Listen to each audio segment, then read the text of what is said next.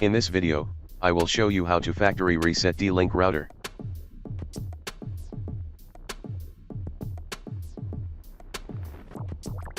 First, unplug the internet cable attached to the router.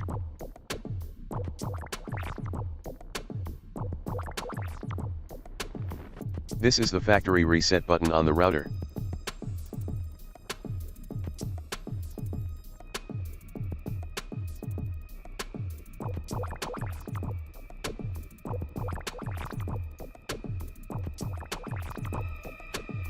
Hold down this reset button for 10 seconds.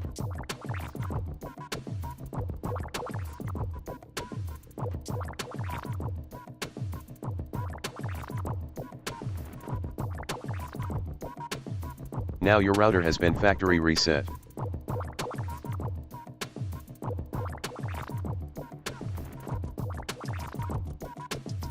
Thanks for watching.